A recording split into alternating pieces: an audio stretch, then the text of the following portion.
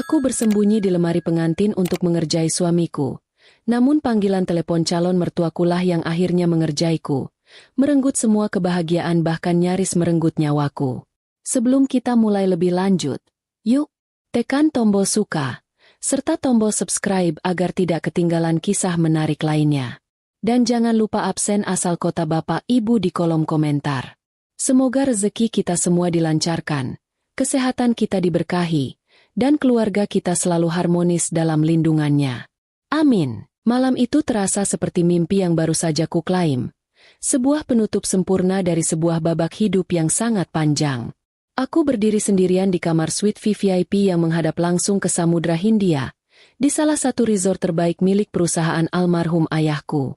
Cahaya rembulan menembus tirai linen tipis, menciptakan pola-pola perak di lantai marmer yang dingin. Gaun pengantin satin putih gading yang kukenakan terasa berat. Namun kebahagiaan yang meluap di dada membuatku tak merasakannya sama sekali. Akhirnya, aku dan Devan resmi menjadi suami istri. Kelelahan yang mendera setelah resepsi megah dengan ratusan tamu terasa hilang ditelan euforia. Aku melepaskan veil panjangku perlahan, membiarkan rambutku yang ditata rapi tergerai bebas. Aku mendekati jendela, memandang ombak yang pecah di kejauhan. Pemandangan itu luar biasa, sama luar biasanya dengan sosok Devan yang kunilai sebagai pria paling sempurna di dunia. Tampan, cerdas, dan yang paling penting, mampu menjadi sandaran kuat bagiku setelah kepergian kedua orang tuaku. Dia adalah segalanya. Imam yang kuharapkan untuk memimpin sisa hidupku. Tiba-tiba, sebuah ide jahil melintas di kepalaku, dan senyum lebar tak bisa kucegah. Devan sedang turun sebentar ke lobi untuk mengurus sisa administrasi dan mengantar ibunya, Nyonya Karina, yang menginap di sayap lain resort. Ini adalah waktu yang pas. Aku tidak mau menyambut suamiku dengan duduk manis dan gugup di tepi ranjang seperti pengantin perempuan pada umumnya.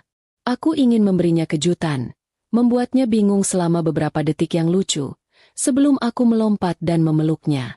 Aku ingin membuat memori pertama kami di kamar ini menjadi sedikit gila dan tak terduga.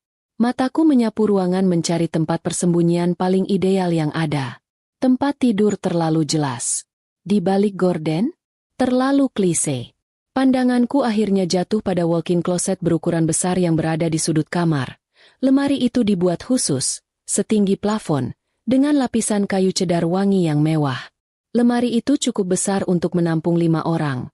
Apalagi cuma aku yang bertubuh mungil ini. Aku bahkan bisa memuat 1 buah sepeda motor di dalamnya.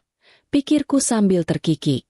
Dengan hati-hati, aku mengangkat gaun pengantin yang berat itu, bergerak jinjit seolah sedang melakukan operasi rahasia.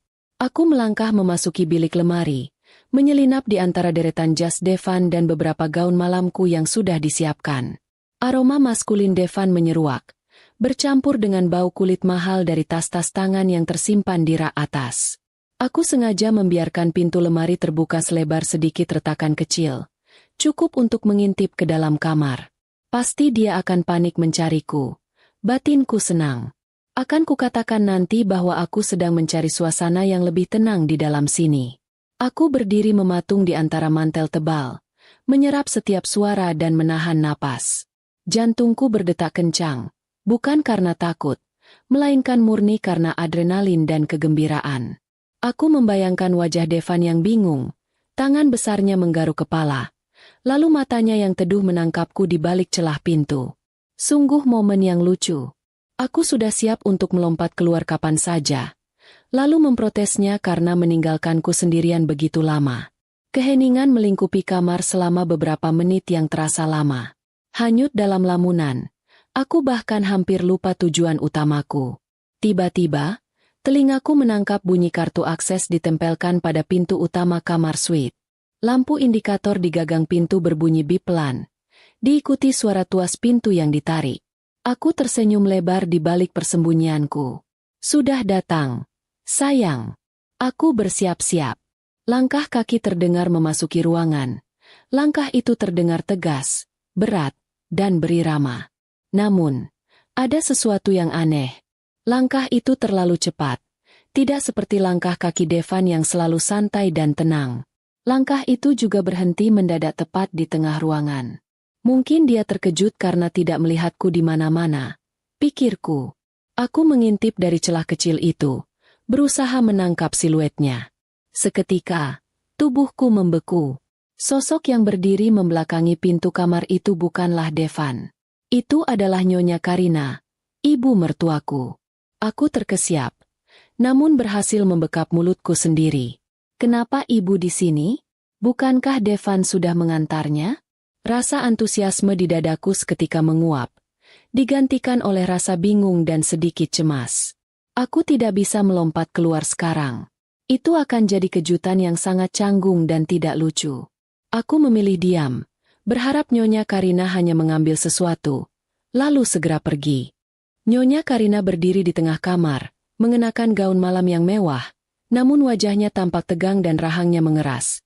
Sangat berbeda dari ekspresi ramah dan keibuan yang ia tunjukkan sepanjang resepsi tadi. Ia mengeluarkan ponselnya yang berukuran besar, lalu menekan tombol loudspeaker dengan gerakan cepat dan kasar. Jantungku berdebar lebih kencang. Ia mulai berbicara. "Sudah kutangani," kata Nyonya Karina dengan nada suara rendah, tajam, dan sama sekali asing di telingaku. Devan mengurus administrasi dan mengira aku sudah diantar pulang. Sempurna. Suaranya terdengar sangat tergesa-gesa, seperti seseorang yang sedang dikejar waktu dan bahaya. Dari lubang intipan, aku melihat Nyonya Karina berjalan menuju sofa bludru mahal di sudut ruangan, menjatuhkan dirinya ke bantal dengan desahan berat. Aku muak dengan semua drama kemesraan dan senyum palsu ini. Lanjutnya, nadanya kini dipenuhi kejijikan yang begitu nyata. "Kau tahu, butuh tenaga ekstra untuk berpura-pura menyayangi gadis yatim piatu yang menyedihkan itu di depan umum." Aku membeku di dalam lemari. Gadis yatim piatu yang menyedihkan? Jelas sekali dia membicarakan diriku. Aku harus berjuang sekuat tenaga agar tidak mengeluarkan suara sedikit pun. Kedua tanganku terkunci erat di depan mulutku, menahan napas. Tentu saja aku yakin. Nyonya Karina membentak suara di seberang telepon. Suara orang di seberang sana sangat pelan dan berdesis. Hampir tidak terdengar olehku. Tapi aku bisa menangkap nada otoritas dari orang itu. "Gadis itu sudah meminum pilnya hari ini. Persis seperti dosis yang kau berikan. Sekarang tinggal menunggu waktunya saja. Dalam 3 bulan, saat ia mulai meracau di depan publik, kita akan mengajukan permohonan ketidakmampuan mentalnya ke pengadilan." Aku merasa darahku mengalir deras ke kepala, membuatku pening. "Pil apa? Ketidakmampuan mental?" Nyonya Karina tertawa. Tawa yang kering dan mengerikan. "Jangan khawatir. Begitu hak perwaliannya jatuh ke tangan Devan, yang otomatis berarti jatuh ke tangan kita, dia akan dikirim ke panti. Kita akan memastikan dia tidak mengganggu sisa hidup kita. Ingat, kekayaan Pramana Resort bukan main-main. Ini adalah tiket kita keluar dari lilitan utang besar di Singapura." Aku merasakan kakiku lemas. Sekujur tubuhku terasa dingin membeku. Kata-kata itu, setiap kata yang keluar dari mulut wanita yang baru beberapa jam lalu tersenyum manis memelukku, menghantamku seperti bongkahan es. "Masalah Devan, serahkan saja padaku," kata Nyonya Karina, kini terdengar lebih santai, seolah pembicaraan ini adalah hal yang wajar. "Dia hanya alat. Begitu semua aset dikuasai dan kita berhasil melunasi utang, kita akan menceraikannya. Devan sudah tahu risiko ini sejak awal. Dia akan mendapatkan bagian yang pantas dari kebohongan ini. Setelah itu, dia bisa pergi kemanapun dia mau." Semua gambaran romantis yang kubangun tentang pernikahanku hancur berkeping-keping. Devan, suamiku, adalah alat. Pernikahan ini, sumpah suci yang diucapkan di depan Tuhan, hanyalah sebuah skenario penipuan. Mereka menginginkan Pramana Resort, seluruh warisan yang dibangun ayahku dengan darah dan keringat. Mereka merencanakan kehancuranku, merencanakan untuk membuatku menjadi gila. Tiba-tiba, suara di seberang telepon meninggi, sedikit lebih jelas dan menuntut. Nyonya Karina terdiam sejenak. Wajahnya pucat. "Tenanglah. Aku sudah bilang, aku mengurusnya." Nyonya Karina berbisik tajam. Matanya melirik ke arah pintu kamar mandi, seolah takut ada yang mendengar. "Kecelakaan ayah Risa? Itu sudah lama berlalu. dan semua bukti sudah musnah di lautan. Polisi menutup kasusnya sebagai kecelakaan kapal tunggal. Tidak ada yang akan curiga lagi. Kau terlalu panik. Aku tersentak. Aku merasa seperti paru-paruku berhenti bekerja. Bukan pil pemicu kegilaan, bukan perampasan harta, tetapi pembunuhan berencana terhadap ayahku. Ayahku, yang selalu kukira meninggal karena murni kecelakaan kapal, ternyata dibunuh oleh wanita yang kini berdiri beberapa meter di depanku. Darahku mendidih, dan seketika rasa takutku menguap, digantikan oleh luapan amarah yang begitu dahsyat. Aku nyaris berteriak. Nyaris menerjang keluar dari lemari. Aku ingat kata-kata Nyonya Karina. Kecelakaan kapal tunggal. Ya, itu adalah kesimpulan polisi. Kesimpulan yang selalu kusangkal dalam hati. Sekarang aku tahu. Ayahku tidak meninggal karena ombak. Dia meninggal karena keserakahan wanita ini dan anaknya, yang kini sudah sah menjadi suamiku. Nyonya Karina menutup telepon dengan gerutuan keras, lalu menghela napas panjang. Ia mengambil tas tangannya di atas sofa, lalu berjalan menuju pintu keluar. Dasar pria tidak sabaran, gumamnya kesal. Padahal kita sudah sedekat ini dengan garis akhir. Bunyi pintu tertutup dengan pelan membuat ruangan kembali hening. Aku bisa mendengar suara ombak di luar. Suara yang tadinya menenangkan kini terasa mencekik.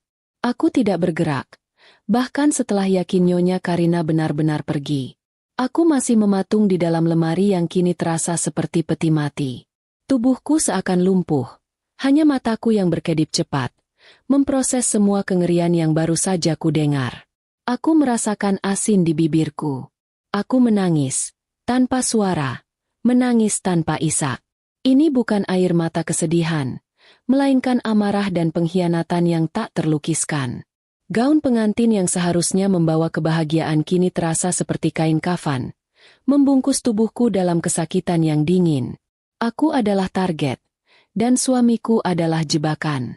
Aku mengepalkan tangan, kuku-kuku jariku menancap di telapak tangan, meninggalkan bekas bulan sabit yang menyakitkan. Perlahan, aku berusaha menenangkan diri. Aku teringat pada kartu nama dan flash drive yang kulihat tadi. Aku meraba-raba rak di bawah, mencari benda-benda kecil itu. Tanganku berhasil meraih sebuah kartu nama tebal berwarna hitam, terasa dingin dan kaku di jari-jariku. Aku memejamkan mata sejenak, mengumpulkan kembali sisa-sisa keberanianku. Aku tahu, jika aku keluar sekarang dan melakukan konfrontasi, aku akan kalah. Aku akan dituduh histeris dan segera dikirim ke panti. Aku harus bermain cerdas.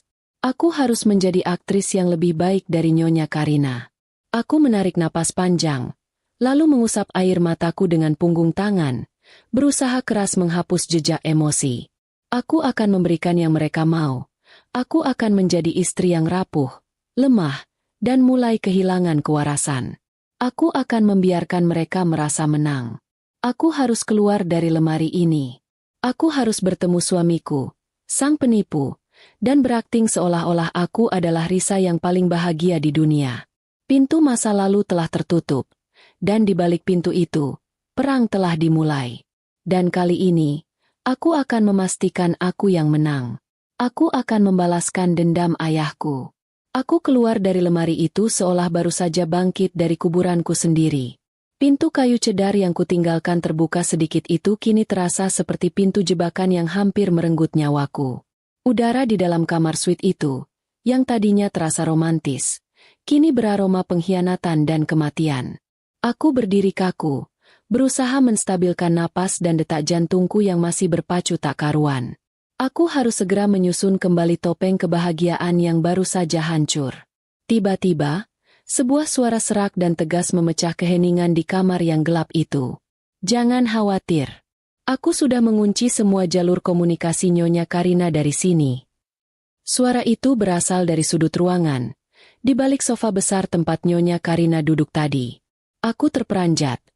Jantungku nyaris copot untuk kedua kalinya dalam malam yang sama. Aku menoleh cepat. Mataku menyipit di tengah pencahayaan temaram. Siapa lagi ini? Apakah masih ada komplotan lain? Aku langsung merasa terancam. Amarahku seketika kembali ke rasa takut yang mencekik. Dari balik sofa, perlahan bangkit seorang pria. Dia tinggi, berpostur tegap, mengenakan kemeja gelap dan topi baseball yang sedikit menutupi wajahnya. Dia terlihat seperti bayangan yang tiba-tiba mengambil bentuk fisik. Dia menatapku dengan mata yang tajam dan serius, bukan tatapan mesum atau mengancam, melainkan tatapan yang penuh perhitungan. Dia tidak mendekat, menjaga jarak, seolah menghormati ruang pribadiku. "Aku Bima," katanya. Suaranya pelan namun terdengar berwibawa, persis seperti nama yang tertera di kartu nama yang kugenggam. Aku yang meninggalkan pesan itu di lemari. Aku menggenggam erat kartu nama yang ada di tanganku. Rasa dingin logamnya memberiku sedikit pijakan pada realitas. Pikiranku bekerja keras mencoba memahami situasi. Kenapa ada orang asing di kamar pengantinku? Dan kenapa dia seolah tahu semua yang baru saja terjadi? Apakah dia mendengar percakapan Nyonya Karina juga? "Kamu siapa?" desisku. Suaraku parau, hampir tidak terdengar. Aku merasa sangat bodoh berdiri di sana dengan gaun pengantin mahal. Tampak seperti boneka yang baru dihidupkan. Bima tidak menjawab dengan kata-kata, melainkan dengan gerakan cepat dan efisien. Dia mengeluarkan ponselnya, menekan beberapa tombol, dan suara yang sangat kukenal, suara serak Nyonya Karina yang penuh kebencian, kembali mengalun, persis seperti yang kudengar di dalam lemari tadi. Semua bukti sudah musnah di lautan. Polisi menutup kasusnya sebagai kecelakaan kapal tunggal. Tubuhku kembali lunglai, tapi kali ini aku tidak jatuh. Bima mematikan rekaman itu, menatapku lurus. "Aku sudah mengawasi Nyonya Karina dan Devan sejak sebulan sebelum pernikahan kalian. Aku bekerja untuk ayahmu." Kalimat itu menamparku. "Ayahku?" Bima menjelaskan bahwa almarhum ayah sudah mencium gelagat aneh Nyonya Karina saat negosiasi bisnis terakhir mereka. Ayah menugaskan Bima untuk menyelidiki, namun takdir keburu menjemputnya. Bima hanya bisa mengamankan beberapa jalur komunikasi dan berjanji akan menjagaku dari jauh. Aku adalah satu-satunya yang tersisa dari keluarga besar Pramana. "Aku di sini bukan untuk merampokmu, Risa," kata Bima, menggunakan namaku dengan cara yang terasa aneh dan intim, seperti dia sudah mengenalku lama. "Aku di sini untuk memberimu pilihan terakhir." Saat itu, terdengar bunyi kunci pintu diputar dari luar, dan langkah kaki yang sangat kukenal, langkah Devan yang santai dan berat, mulai mendekat. Jantungku mencelos. Waktu kami habis. Bima bergerak cepat ke arah balkon kamar. Ia menarik tirai linen tebal di depan pintu geser kaca, lalu membalikan badannya menghadapku. Aku melihat bekas luka tipis di pelipis kirinya, membuat wajahnya tampak semakin tegas dan misterius. "Dengarkan baik-baik," bisik Bima. Suaranya kini mendesak, hampir tanpa napas. "Kamu punya dua opsi sekarang. Opsi pertama, kamu teriak, kamu buat keributan. Kamu konfrontasi dia sekarang juga. Tunjukkan semua amarahmu di malam pernikahanmu ini. Tapi dia akan memutarbalikkan fakta. Dia akan bilang kamu histeris karena terlalu lelah. Rencana mereka untuk membuatmu terlihat gila akan dimulai malam ini juga. Tanpa ada yang percaya padamu. Mereka akan menang. Kamu akan mati perlahan." Aku melihat ke arah pintu yang sebentar lagi akan terbuka. Aku membayangkan wajah Devan, wajah malaikatnya, wajah iblisnya. Rasa mual melanda perutku. Aku tidak bisa membiarkan amarah mengalahkanku. Bima melanjutkan. Nadanya kini melunak namun berisi perintah yang tak terbantahkan. "Opsi kedua. Kamu diam. Hapus air matamu. Pasang topeng terindah yang kamu punya. Berpura-puralah tidak ada yang terjadi. Sambut suamimu. Tidurlah di sebelahnya. Biarkan dia merasa menang. Tapi ingat, kamu tidak boleh menyentuh satupun vitamin yang Nyonya Karina berikan. Sementara itu, aku akan membantumu. Kita kumpulkan bukti. Kita hancurkan mereka perlahan-lahan. Kita buat mereka kehilangan segalanya. Persis seperti mereka ingin menghancurkanmu dan ayahmu." Wajah Bima begitu dekat. Tatapannya menembus topeng kejutanku, menuntut keputusan. Aku merasa seolah aku berada di ambang jurang, dan Bima adalah satu-satunya tali yang tersisa. Suara gesekan kunci dan gagang pintu yang ditarik terdengar semakin dekat. Devan sudah di depan mata. Pilih sekarang, Risa. Desak Bima untuk terakhir kalinya.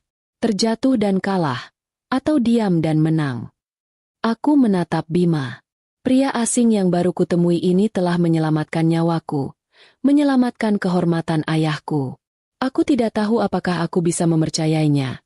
Tapi aku tahu aku tidak bisa mempercayai orang yang akan masuk ke kamar ini sebentar lagi. Aku teringat wajah ayahku, perusahaan yang dibangunnya. Aku tidak boleh membiarkan parasit itu mengambilnya.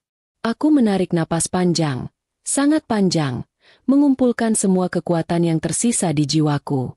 Aku mengangguk pelan. Setuju. Aku memilih untuk bertarung. Aku memilih untuk menjadi aktris terbaik malam ini. Bima membalas anggukanku dengan anggukan singkat. Gerakannya kembali berubah menjadi kilat, efisien, dan tanpa suara. Dia meraih gagang pintu kaca balkon, membukanya sedikit, cukup untuk menyelinap keluar. Sebelum bayangannya benar-benar hilang di balik tirai dan kegelapan malam Bali, dia melemparkan pandangan terakhir padaku, sebuah tatapan yang menyiratkan pesan, "Kau harus kuat." Aku bergegas menuju kamar mandi. Aku menyalakan keran wastafel dengan volume penuh agar suara air yang menderu bisa menutupi suara detak jantungku yang berisik. Aku membasuh wajahku berulang kali dengan air dingin, berharap air itu mampu mencuci bersih semua jejak ketakutan dan air mata di mataku. Di cermin, aku melihat pantulan diriku, seorang pengantin rapuh dengan mata merah dan tatapan kosong. Aku tidak boleh terlihat seperti ini. Aku meraih tas kosmetikku, memoleskan sedikit bedak untuk menyembunyikan sembab di mataku. Aku mengatur napas. Aku menegakkan punggungku. Aku melihat pantulan di cermin sekali lagi. Wanita di sana kini terlihat lebih tenang, lebih dingin. Aku bisa melakukan ini. Aku akan menjadi Risa yang sangat bahagia. Aku akan menjadi Risa yang sangat bodoh. Aku mematikan keran air, lalu melangkah keluar dari kamar mandi. Aku melintasi ruangan mewah itu dengan langkah yang kupaksakan agar terlihat santai dan anggun. Saat tanganku menyentuh gagang pintu, ia masih sedikit gemetar, tapi aku berhasil menguasainya. Aku menarik napas terakhir, lalu membuka kuncinya. Pintu terbuka. Devan berdiri di sana, tampan dengan setelan jas mahal yang masih melekat di tubuhnya. Ia tersenyum lebar, senyum yang memamerkan deretan gigi putih yang rapi. Senyum yang selama 2 tahun ini kupikir tulus. Senyum yang kini terasa seperti tawa iblis di telingaku. "Sayang, kenapa dikunci?" Goda Devan. Suaranya penuh kasih sayang yang dibuat-buat, persis seperti yang Nyonya Karina bilang. "Kamu ganti baju, ya? Aku kira kamu ketiduran." Aku memaksakan seulas senyum paling manis yang bisa kubentuk. Rasanya otot-otot di wajahku berontak. "Maaf, Mas," kataku. Suaraku terdengar sedikit parau, tapi aku mencoba membuatnya terdengar seperti suara lelah, bukan suara habis menangis. Aku ke kamar mandi sebentar. Lupa kalau Mas sudah kembali. Devan melangkah masuk, menutup pintu di belakangnya. Ia merentangkan tangan, hendak memelukku. Saat tubuhnya bersentuhan dengan tubuhku, aku merasakan dorongan kuat untuk muntah. Aroma parfum mahalnya yang dulu kusukai kini terasa menyengat dan memuakan. Pelukan yang dulu terasa melindungi kini terasa seperti lilitan ular piton. Aku memejamkan mata, menahan napas, membiarkan diriku dipeluk. Tanganku hanya tergantung kaku di sisi tubuhku. Aku tidak sanggup membalas pelukan itu. Devan melepaskan pelukan itu, menatap wajahku dengan tatapan khawatir palsu. "Kamu kenapa gemetaran, sayang? Dingin ya AC-nya? Atau kamu gugup?" Tanyanya sambil mengusap pipiku dengan lembut. Sentuhan itu membuat kulitku merinding jijik. "Sedikit dingin, Mas. Dan aku agak lelah." Jawabku, menciptakan jarak dengan alasan yang logis. "Aku mau minum dulu, ya." Devan tersenyum maklum, mengambil kesempatan itu untuk melepaskan jasnya. "Ya sudah, kamu duduk dulu. Aku ganti baju dulu. Gerah banget pakai ini seharian." Aku berjalan menuju sofa, dan mataku terpaku pada satu benda. ponsel Devan tergeletak di meja samping tempat tidur. Layarnya menyala karena ada notifikasi masuk. Dalam 1/1000 detik, aku melirik Devan yang sedang membelakangiku, berjalan ke arah lemari tempat aku bersembunyi tadi. Jantungku kembali berdebar ngeri. Devan membuka pintu lemari yang kini kosong tanpa jejak Bima. Sementara Devan sibuk di lemari, aku memberanikan diri mendekat ke meja. Jaraknya hanya beberapa langkah. Di layar ponsel yang menyala itu, terpampang jelas sebuah pesan dari kontak yang tertulis, Mama Karina.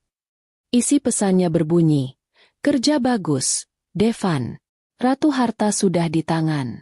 Jangan lupa dosis besok pagi. Dan jangan sentuh dia, nanti dia curiga. Aku memundurkan langkahku. Ratu harta. Begitu mereka memanggilku. Api amarah di dadaku kini mendidih. Tapi aku ingat kata-kata Bima, diam dan menang. Aku memasang kembali topeng polosku tepat saat Devan berbalik, mengenakan kaos santai. Ada apa, sayang? Tanya Devan sedikit waspada, segera meraih ponselnya. Aku mengangkat wajah, memasang ekspresi datar. Enggak, Mas. Cuma nyala sebentar tadi. Mungkin notifikasi bisnis. Devan mengecek ponselnya, dan aku bisa melihat perubahan mikro di wajahnya saat membaca pesan dari ibunya. Ada sedikit senyum licik yang coba ia sembunyikan sebelum ia buru-buru memasukkan ponsel itu ke saku celananya. Oh, iya. Biasa. Ada urusan mendesak. Kilahnya santai. Malam itu, aku harus mendengarkan bualan Devan tentang masa depan kami, tentang rencana bulan madu, tentang betapa ia mencintaiku. Setiap kata cinta yang keluar dari mulutnya terasa seperti sampah beracun di telingaku. Aku harus menahan diri, memejamkan mata, dan berharap malam itu cepat berlalu. Aku beralasan sedang tidak enak badan dan sangat lelah agar bisa menghindari kontak fisik lebih jauh. Devan tampak sedikit kecewa, namun ia tetap memerankan peran suami pengertian. Aku berbaring di sebelahnya, dengan mata terbuka lebar, menatap langit-langit yang gelap. Aku tidak bisa tidur sedetik pun. Di kegelapan itu, aku meraba-raba bantal sofa di dekatku, mencari Bima, berharap pria itu masih ada di sana. Tanganmu menyentuh kartu nama hitam itu. Aku meraihnya, menyembunyikannya di balik genggaman tanganku. Aku harus menunggu fajar tiba. Begitu matahari mengintip dari balik tirai, aku tahu, perang akan dimulai. Aku, Risa, si ratu harta yang mereka remehkan, akan menjadi mimpi buruk terbesar mereka. Fajar menyingsing di Bali, membawa serta warna jingga keemasan yang seharusnya terasa damai, tetapi bagiku, pagi itu terasa dingin dan berlumuran kebohongan. Aku tidak tidur sama sekali. Di sebelahku, Devan mendengkur halus, tidur pula seolah dia adalah suami paling setia di dunia. Dengkuran itu, yang dulunya kurasa lucu, kini terdengar seperti lolongan kemenangan seorang penjahat. Aku menunggu dengan sabar hingga Devan bangun. Saat ia bangkit dan berjalan ke kamar mandi, aku segera meraih kesempatan itu. Aku melompat dari ranjang, bergerak cepat, bukan ke kamar mandi untuk bersiap, melainkan menuju ke walk-in closet, tempat di mana semua mimpi burukku bermula. Aku menutup pintu lemari itu, memastikan kunci di bagian dalam terkunci rapat. Aku merogoh saku robe mandiku, menarik keluar kartu nama hitam milik Bima. Di bawah pencahayaan lampu lemari yang redup, aku bisa melihat tulisan perak di kartu itu. Bima, konsultan keamanan pribadi. Tidak ada logo perusahaan, tidak ada alamat, hanya nama, profesi, dan satu nomor telepon. Aku berdiri mematung, menatap kartu itu dengan segala keraguan dan harapan. Seorang pria asing, yang mengaku bekerja untuk ayah, yang menyelinap masuk ke kamar pengantinku. Secara logika, ini adalah ide yang sangat buruk. Aku harus menelepon polisi. Tapi kemudian, aku teringat Nyonya Karina dan Devan. Polisi akan langsung percaya pada ucapan mereka. Seorang pengantin baru yang histeris dan mulai halusinasi. Aku tidak punya bukti fisik. Keputusan harus dibuat. Pilihanku terbatas. Mempercayai Bima, yang entah bagaimana tahu rencana jahat mereka, adalah satu-satunya kesempatan untuk mendapatkan keadilan bagi ayah. Aku menatap kartu itu sekali lagi, lalu menarik napas panjang. Aku mengeluarkan ponsel pribadiku yang biasa kusembunyikan di laci rahasia meja rias.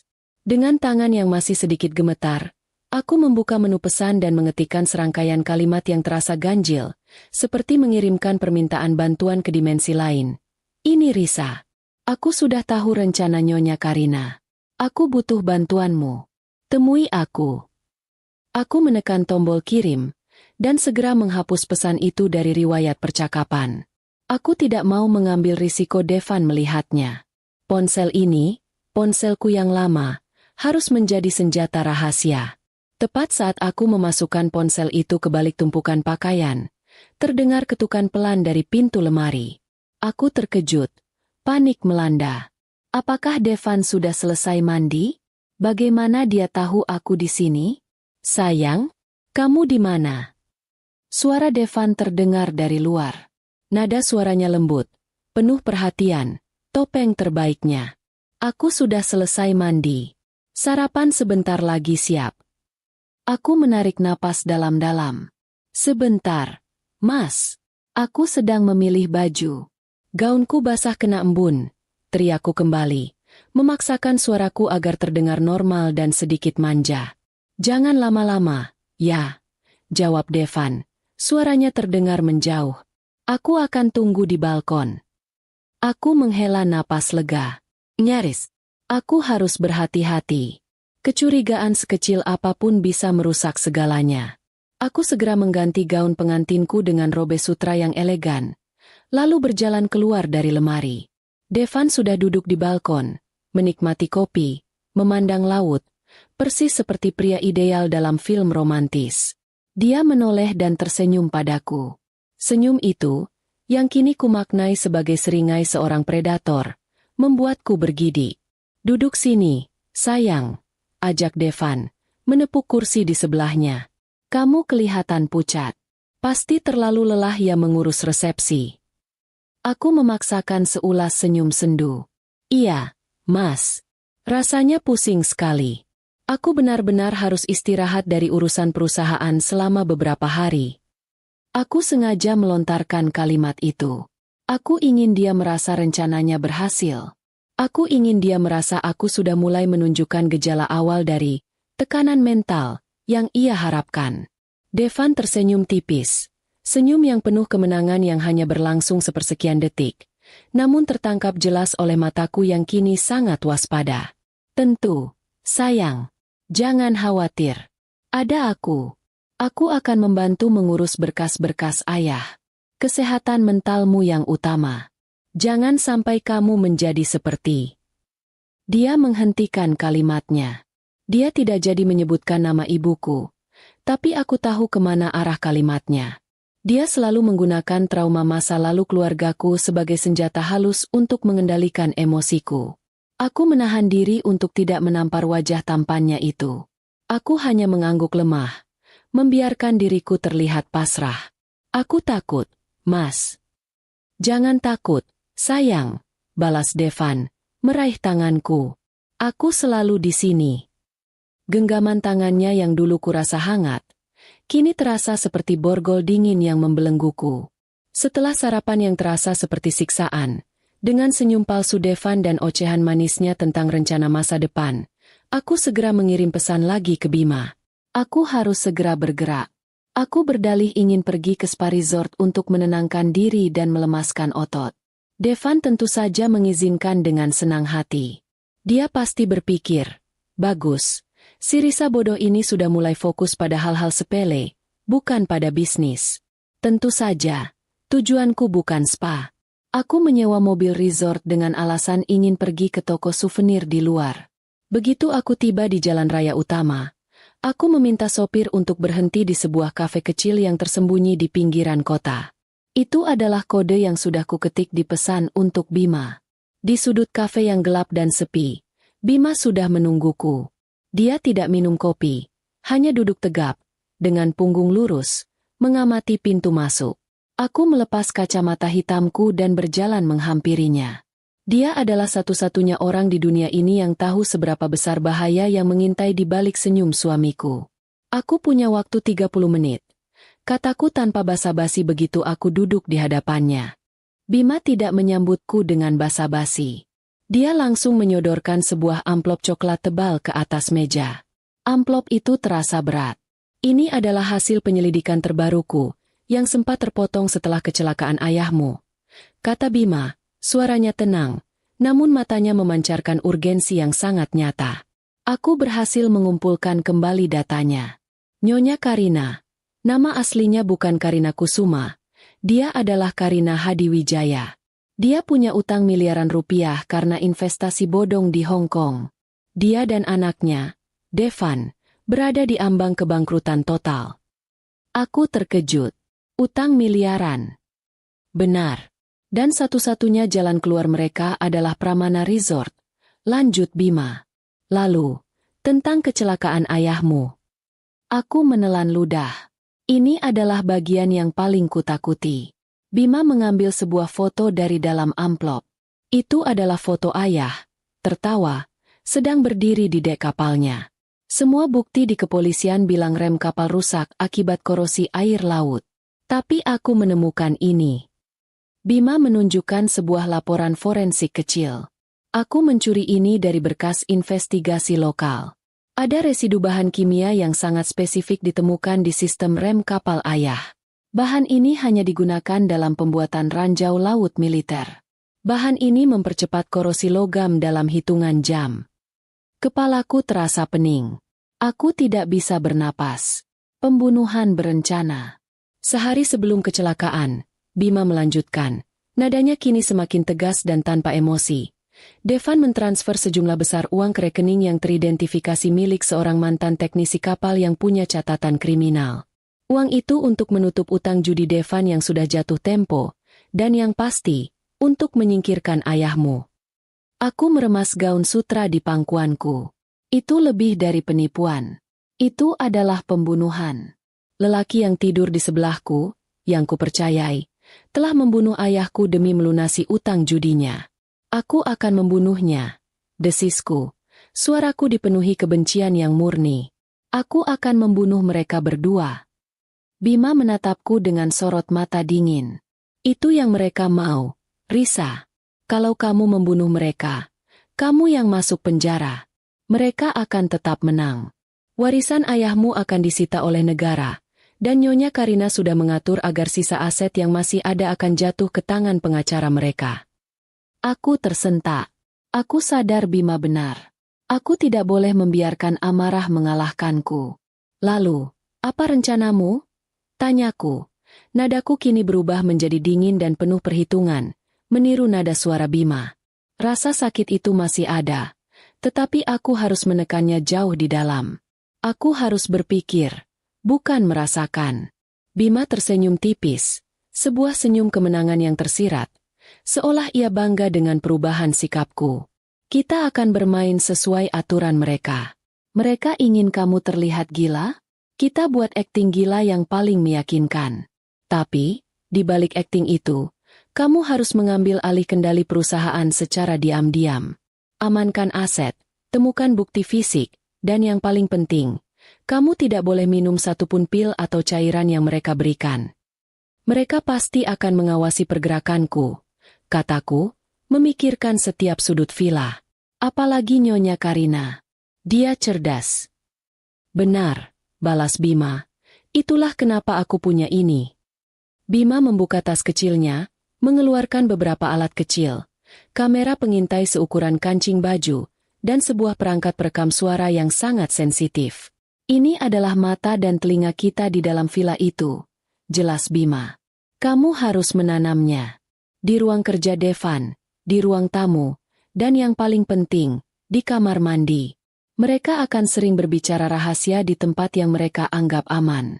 Rekam semuanya. Risa. Rekam setiap detail yang bisa mengikat mereka pada kejahatan mereka. Aku memegang kamera kancing itu. Aku, pewaris hotel mewah, kini harus menjadi mata-mata di rumahku sendiri. Situasi ini begitu absurd, begitu konyol, hingga hampir saja aku tertawa kecil. Aku menatap Bima. Ini adalah rencana gila. Terkadang, Rencana gila adalah satu-satunya cara untuk mengalahkan musuh yang gila. Balas Bima, sorot matanya kini mengandung sedikit kehangatan, seolah ia mengerti beban yang kupikul. Aku akan menghubungimu melalui ponsel rahasia itu. Jangan pernah, aku ulangi, jangan pernah kamu menghubungiku melalui ponsel pribadimu. Dan jangan pernah bertemu denganku di tempat yang sama 2 kali berturut-turut. Aku mengangguk, menerima semua alat itu. Amplop tebal itu kini berisi bukti pembunuhan ayahku, dan tas tanganku kini berisi alat mata-mata. Aku berdiri, siap untuk kembali ke kandang singa. Satu hal lagi, Risa, kata Bima, sebelum aku melangkah pergi. Mereka akan mencoba membuatmu putus asa. Mereka akan mengungkit masa lalumu, kelemahanmu. Ingatlah, kamu bukan lagi gadis yang rapuh. Kamu adalah anak ayahmu. Kamu adalah penguasa Pramana Resort. Mereka tidak akan pernah bisa mengambilnya darimu, kecuali kamu mengizinkannya. Aku menatap Bima lurus di matanya.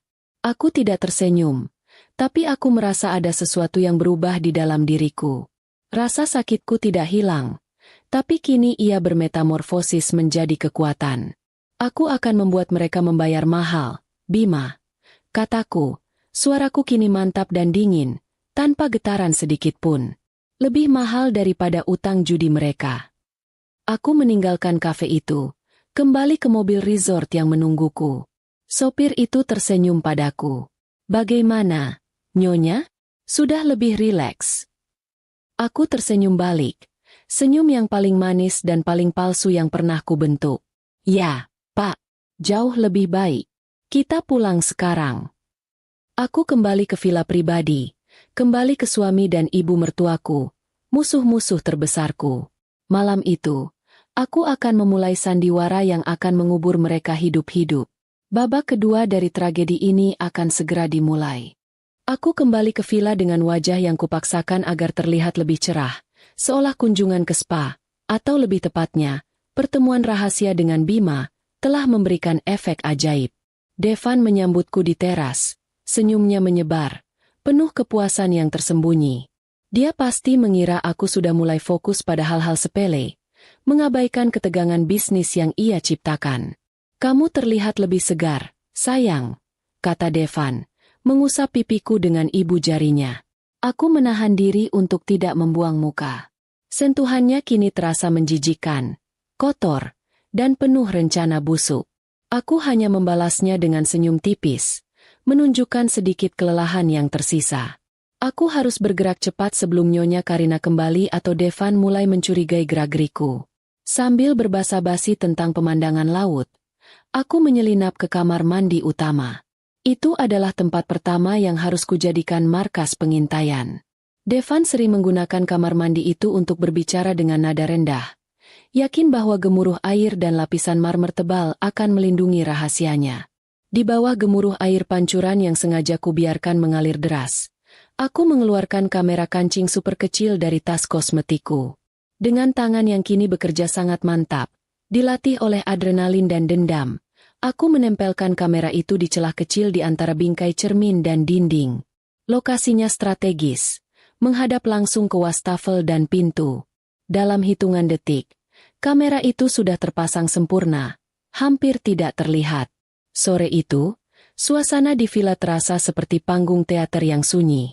Aku mulai memainkan peran baruku, Risa yang rapuh.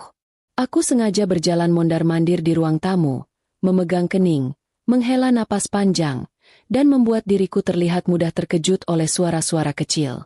Nyonya Karina tiba di villa tak lama setelah senja, membawakan hadiah. Aku menyambutnya dengan pelukan kaku yang ia balas dengan pelukan hangat palsu. Kamu harus menjaga kesehatanmu, nak, ujar Nyonya Karina. Suaranya dipenuhi nada keibuan yang manipulatif. Mengurus perusahaan besar sendirian itu berat. Jangan sampai kamu sakit.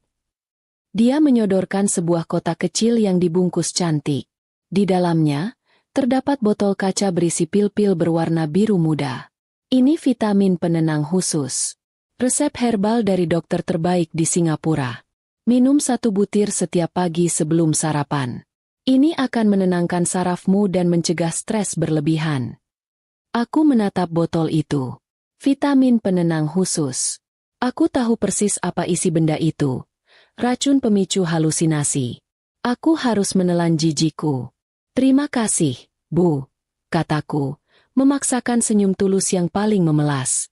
Ibu sangat perhatian. Nyonya Karina tersenyum puas. Senyum itu seolah berkata, umpanku berhasil. Dia tidak tahu bahwa aku kini memegang kendali atas permainan ini. Malam itu, setelah makan malam, aku menunggu hingga Devan dan Nyonya Karina sibuk di ruang kerja, membahas berkas-berkas ayah yang kini terasa begitu najis di tangan mereka. Aku menyelinap ke kamar, lalu mengeluarkan ponsel rahasia. Dengan perasaan campur aduk, aku membuka aplikasi yang Bima install di ponsel itu. Layarnya menunjukkan tayangan langsung dari kamera kancing di kamar mandi. Gambar Nyonya Karina dan Devan tidak ada, tetapi suaranya sangat jelas. Aku bisa mendengar mereka berbicara di ruang kerja. Suaranya sedikit redam, namun semua kata-katanya tertangkap. Pil itu harus diminumnya teratur, Devan. Suara Nyonya Karina terdengar tegas. Dosisnya sudah cukup tinggi. Dalam 2 minggu, dia pasti akan mulai melihat bayangan. Pastikan dia melihatmu sebagai pahlawan yang merawatnya, bukan musuh. Tentu, Ma, jawab Devan. Nadanya kini dingin dan serak. Tak ada lagi kemanisan yang ia tunjukkan padaku. Aku akan memastikannya. Tapi bagaimana dengan aset likuidnya? Aku butuh dana segar untuk melunasi utangku di Jakarta. Aku tidak bisa menunggu 3 bulan. Aku mengepalkan tangan, mendengar suaraku sendiri terengah-engah. Mereka begitu tergesa-gesa dan serakah. Kabar baiknya, keserakahan mereka akan menjadi kejatuhan mereka. Keesokan paginya, aku bangun lebih dulu. Devan masih tidur pulas. Aku mengambil 1 butir pil biru muda dari botol, vitamin, yang kuberikan Nyonya Karina. Pil itu terasa hangat dan jahat di telapak tanganku. Aku berjalan menuju wastafel, tempat dispenser air minum kemasan berada. Devan pasti akan mengawasiku, bahkan dari tempat tidur. Dia ingin memastikan aku menelan pil itu. Aku mengisi gelas dengan air, lalu berpura-pura menelan pil itu dengan susah payah. Aku meneguk air, menahan pil itu di bawah lidahku. Aku lalu berjalan ke balkon, menikmati udara pagi yang sejuk, pura-pura menghirup kesegaran. Ketika aku yakin Devan sudah kembali memejamkan mata, aku bergegas ke kamar mandi. Aku meludahkan pil biru itu ke dalam tisu, menggulungnya rapat, dan menyembunyikannya di antara sampah kertas di keranjang. Lalu, aku berjalan ke pot tanaman lidah mertua yang ada di sudut kamar mandi. Aku menuangkan air di gelas itu ke pangkal tanaman. Kasihan, sebentar lagi kamu akan keracunan, tapi setidaknya bukan aku, pikirku getir. Devan bangun tak lama kemudian, dan seperti yang kuduga, hal pertama yang ia tanyakan adalah, "Sudah minum vitaminnya, sayang?" Aku tersenyum lembut. "Sudah, Mas. Rasanya agak pahit. Tapi aku harus sehat, kan?" Devan mencium keningku. Senyumnya kini jauh lebih lebar, penuh kelegaan yang mengerikan. "Tentu saja, sayang. Itu obat yang bagus." Aku membiarkan hari-hari berikutnya berlalu dalam sandiwara yang melelahkan. Aku berpura-pura sering lupa meletakkan kunci, membuat catatan kecil yang aneh di buku harianku, yang ku tahu pasti akan dibaca oleh Nyonya Karina, dan sering mengeluh tentang sakit kepala yang hebat. Aku bahkan memasukkan sedikit humor untuk menjaga kewarasanku di tengah situasi yang begitu absurd ini. Suatu pagi, saat Devan sedang sibuk berpakaian di depan cermin, aku sengaja menunjuk ke arahnya dengan wajah bingung. Mas lupa pakai celana, ya?" Kataku dengan nada cemas yang dibuat-buat. Devan langsung menunduk panik melihat celananya. Padahal ia mengenakan celana jeans dengan sempurna. Aku tertawa kecil. Tawa yang langsung kubah menjadi batuk-batuk kecil yang histeris. Devan, yang tidak sadar bahwa aku sedang mengolok-oloknya, langsung berlaga panik. "Ya Tuhan, sayang, kamu kenapa? Kamu lihat apa?" Katanya sambil memelukku erat. Mengira aku sudah mulai berhalusinasi. Aku tadi melihat kamu seperti tidak pakai apa-apa, Mas," kataku, sengaja membuat suaraku terdengar bingung dan polos. Maaf, Mas. Pusingku kambuh. Devan dan Nyonya Karina, yang kebetulan masuk membawa minuman herbal, racun dosis kedua, langsung bertukar pandang penuh makna. Obatnya bekerja, pikir mereka. Aku, di sisi lain, hanya bisa bersyukur karena aktingku berhasil membuahkan hasil. Di tengah semua sandiwara ini, kontakku dengan Bima semakin intens. Aku mengirimkan rekaman suara Nyonya Karina dan Devan setiap malam. Rekaman itu adalah bukti yang tak terbantahkan. Satu malam, aku berhasil merekam percakapan mereka yang paling penting di ruang kerja. Devan mengeluh bahwa perusahaan terlalu likuid. Ayah Risa menyimpan terlalu banyak uang di rekening operasional Pramana, keluh Devan. Uang itu harus kita transfer keluar sebelum status perwalian kita sah. Kalau tidak, hakim bisa membekukannya. Aku tahu, jawab Nyonya Karina tajam. Aku sedang menyiapkan proyek investasi cepat dengan perusahaan fiktif di Jakarta. Begitu Risa menandatangani persetujuan, kita bisa menguras kas perusahaan dalam hitungan hari. Proyek ini harus terlihat sangat meyakinkan. Devan, Risa harus menandatanganinya atas nama komisaris utama. Aku mendengarkan rekaman itu berulang kali. Proyek investasi cepat. Ini adalah celahku. Aku harus mengamankan uang ayah sebelum mereka mengurasnya. Aku segera mengirimkan rekaman ini pada Bima melalui ponsel rahasia. Pesan balasannya datang 5 menit kemudian. Ini saatnya. Pindah semua aset likuid Pramana ke Foundation. Aku tahu ini adalah langkah paling berisiko. Memindahkan aset perusahaan adalah tindakan ilegal tanpa persetujuan dewan. Tapi aku tidak punya pilihan. Jika aku menunggu, uang ayah akan hilang selamanya. Malam itu, dengan Devan dan Nyonya Karina tertidur, aku menyelinap ke ruang kerja. Aku menyalakan komputer dan server utama Pramana Resort. Di bawah cahaya monitor yang remang-remang, dengan rasa takut yang bercampur keharusan, aku mulai memindahkan dana. Aku bekerja hingga subuh. Transfer dana miliaran rupiah itu terasa seperti sedang mencuri di rumahku sendiri.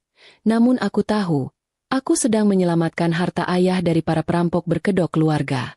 Begitu transfer terakhir selesai, aku mematikan semua sistem, menghapus jejak, dan kembali ke kamar tidur. Aku berbaring di sebelah Devan, yang kini tidur nyenyak, tidak tahu bahwa di saat dia tertidur, aku baru saja mengosongkan kas perusahaan. Aku menatap wajahnya yang polos dalam tidur. Rasa iba sudah lama menghilang. Yang ada hanyalah tekad yang membaja. Aku siap untuk babak selanjutnya. Ujian kompetensi mental yang akan Nyonya Karina adakan. Biarkan mereka bermain. Aku sudah siap memberikan penampilan terbaik dalam hidupku. Minggu kedua berlalu, dan sandiwaraku sebagai istri yang cemas dan rapuh semakin sempurna. Aku sering berpura-pura lupa meletakkan kunci mobil, atau bahkan memanggil Devan dengan nama almarhum ayah. Aku bisa melihat kilatan puas di mata Devan dan Nyonya Karina setiap kali aku menunjukkan tanda-tanda kebingungan. Mereka yakin sekali bahwa pil-pil racun itu telah berhasil menggerogoti mentalku. Padahal pil-pil itu kini menjadi pupuk yang menyuburkan tanaman lidah mertua di kamar mandi. Kini, aku harus segera bergerak ke target utama, mendapatkan bukti fisik keterlibatan mereka dalam kematian ayah. Aku tahu Nyonya Karina cerdik. Dia pasti tidak menyimpan bukti pembunuhan di villa ini. Aku harus menemukan waktu yang tepat untuk bertemu Bima lagi.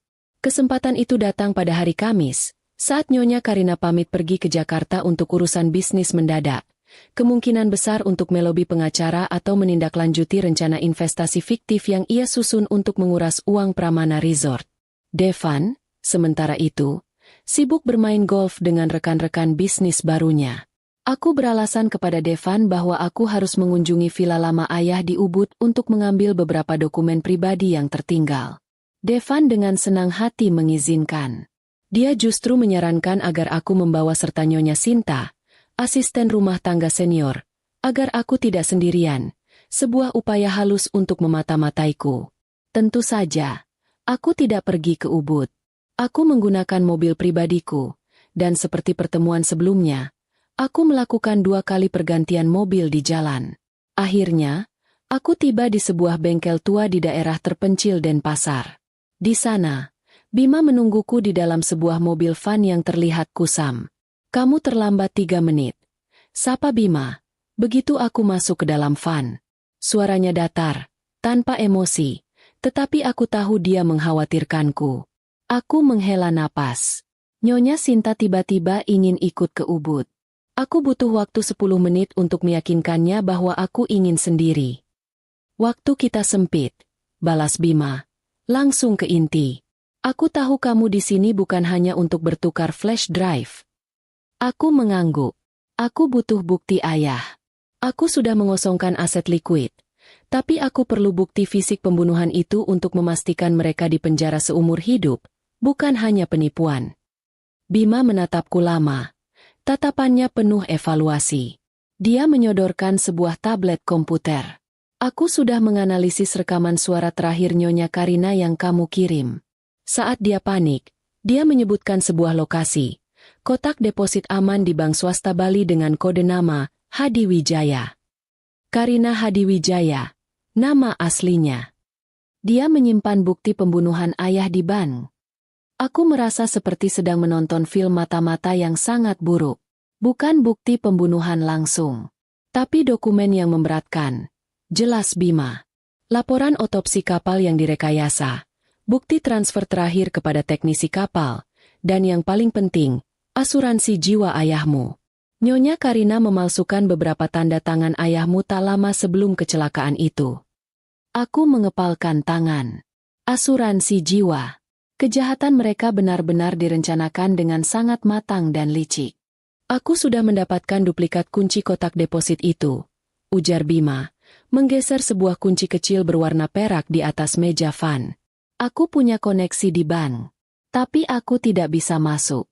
Itu akan terlalu berisiko, dan wajahku sudah dikenal. Bima menatapku. Kamu harus melakukannya, Risa. Kamu adalah satu-satunya yang bisa mendekati kotak deposit aman dengan alasan yang logis dan tanpa dicurigai. Aku menelan ludah. Merampok bank? Walaupun hanya kotak deposit. Ini adalah tindakan paling ekstrim yang pernah kulakukan. Tapi demi ayah, aku harus berani. Apa rencananya? Tanyaku. Suaraku kini terasa dingin. Bima menjelaskan dengan sangat rinci. Aku harus berpakaian layaknya pengusaha muda, bukan istri yang sedang sakit. Aku harus datang ke bank dengan ditemani seseorang yang bisa memberikan alibi yang logis. Aku akan menyiapkan alibimu, kata Bima. Aku akan memalsukan panggilan darurat dari pengacara ayahmu, memintamu segera memeriksa dokumen penting yang tertinggal. Kamu harus masuk ke ruang deposit, membuka kotaknya, memotret semua dokumen, dan segera pergi.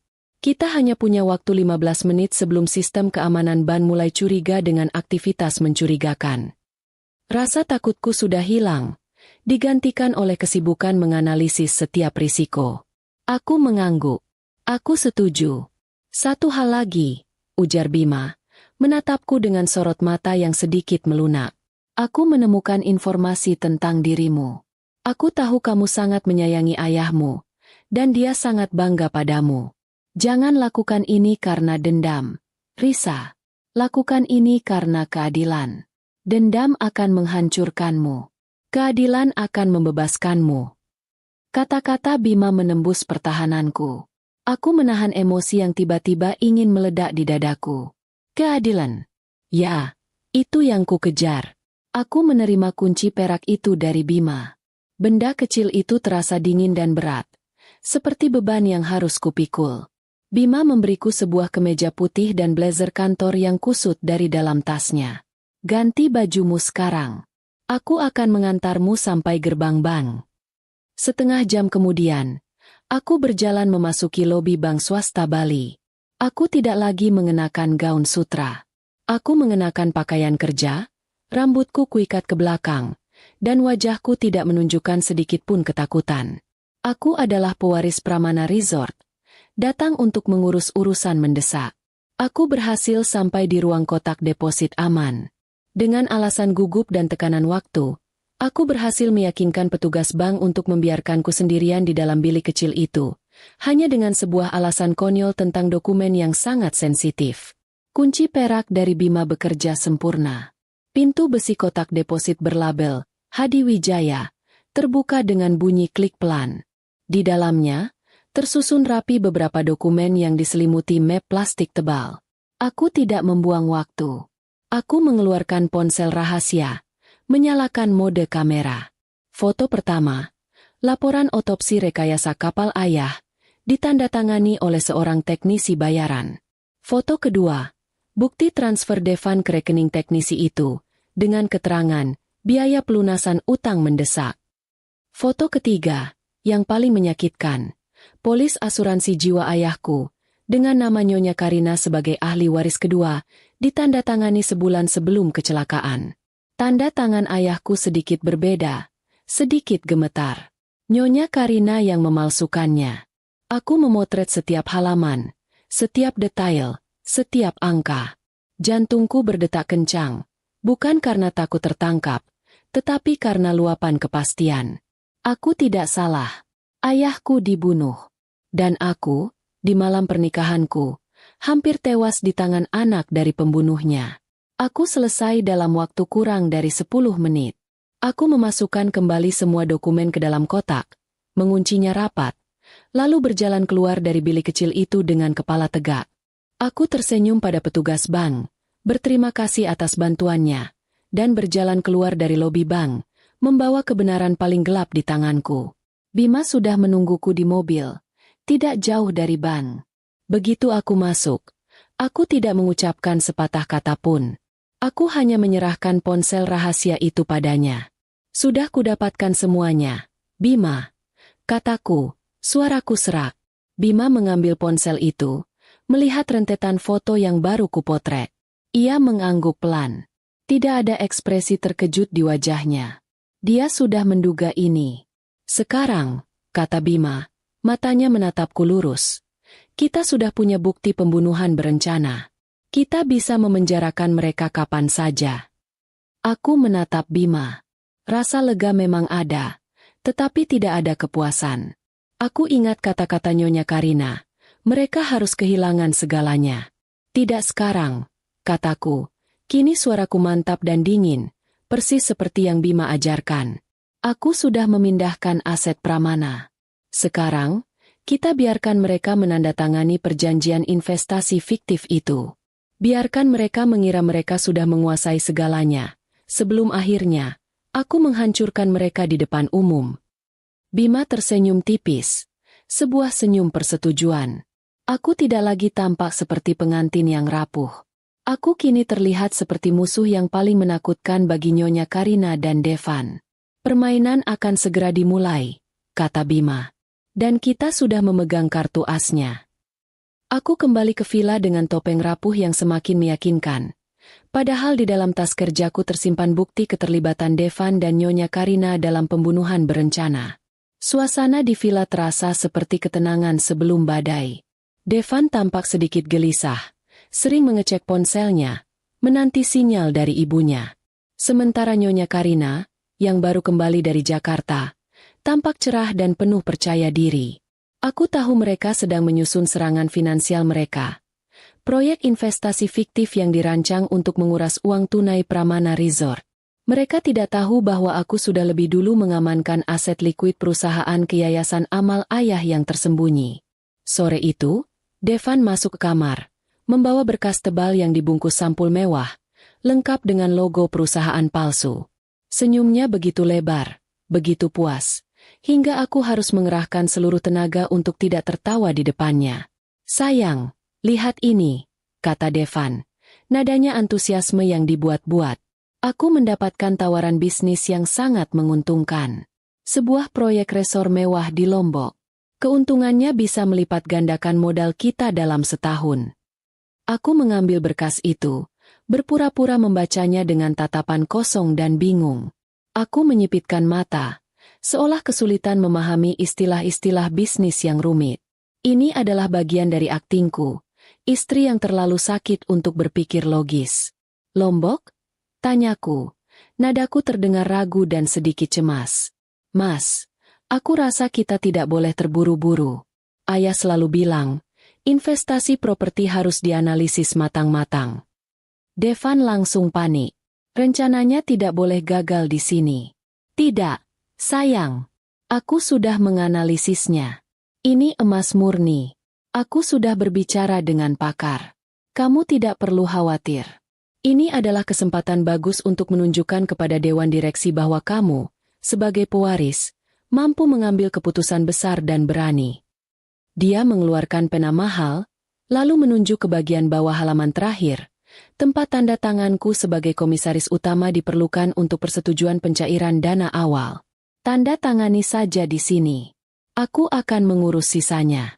Anggap saja ini hadiah malam pertama kita, sayang.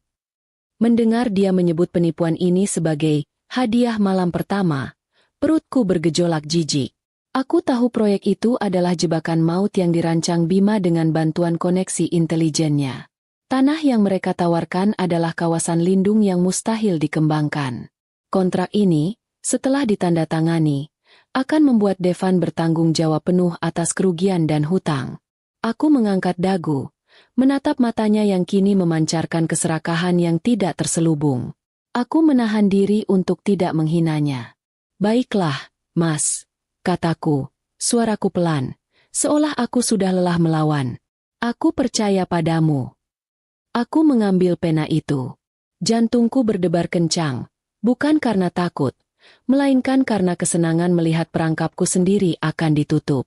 Aku membubuhkan tanda tanganku di tempat yang ia tunjuk. Namun, itu bukan tanda tangan asliku. Berkat pelatihan singkat dari Bima, aku memalsukan tanda tangan yang sedikit berbeda, sedikit gemetar dan tidak sempurna. Tanda tangan yang nantinya bisa kusangkal di pengadilan dengan alasan aku berada di bawah tekanan atau pengaruh obat. Devan tidak menyadarinya. Dia terlalu sibuk merayakan kemenangannya. Dia langsung memelukku erat, mencium keningku dengan rasa terima kasih yang mendalam, seolah aku baru saja memberinya tiket ke surga. Terima kasih, sayang, bisiknya. Aku janji, kita akan hidup bahagia dari hasil ini. Aku hanya tersenyum tipis. Tentu, kita akan hidup bahagia, Mas. Tapi di dimensi yang berbeda. Setelah Devan bergegas pergi untuk mengirimkan berkas yang sudah ditandatangani itu kepada antek-antek Nyonya Karina, aku segera mengirim pesan ke Bima. Kontrak sudah ditandatangani. Segera implementasikan rencana investasi fiktif. Bima membalas singkat. Siap. Kini, yang harus kulakukan hanyalah menunggu. Menunggu racun keserakahan mereka bekerja. Beberapa hari kemudian, Nyonya Karina mulai mengeluh tentang keretakan dalam aliansinya dengan Devan. Aku mendengarkan melalui rekaman suara Bima. Devan, yang merasa dirinya lebih cerdas, mulai mempertanyakan rencana-rencana Nyonya Karina. Proyek Lombok ini lambat sekali pencairan dananya. Keluh Devan. Aku butuh uang tunai sekarang. Utangku sudah mencekik. Sabar, Devan. Balas Nyonya Karina tajam. Uang itu akan cair, tapi butuh proses. Kamu harus mempertahankan citra suami yang ideal di depan Risa. Jangan sampai kamu membuatnya curiga. Aku tersenyum dingin di kamarku. Aku tahu kenapa pencairan dana itu lambat. Bima sengaja menciptakan birokrasi yang sangat rumit, menunda-nunda prosesnya, sementara di saat yang sama, ia mengirimkan sinyal kepada para penagih utang Devan bahwa target mereka kini memiliki dana tak terbatas. Aku memutuskan untuk menanam benih kecurigaan baru. Saat makan malam, dengan Nyonya Karina dan Devan di meja, aku sengaja menjatuhkan garpu peraku ke lantai. Ya Tuhan! Teriakku, berlebihan. Aku minta maaf. Aku melihat sesuatu. Nyonya Karina dan Devan langsung bereaksi. Melihat apa, Risa? Tanya Devan panik, mengira aku mulai berhalusinasi. Aku melihat garpu itu bergerak sendiri.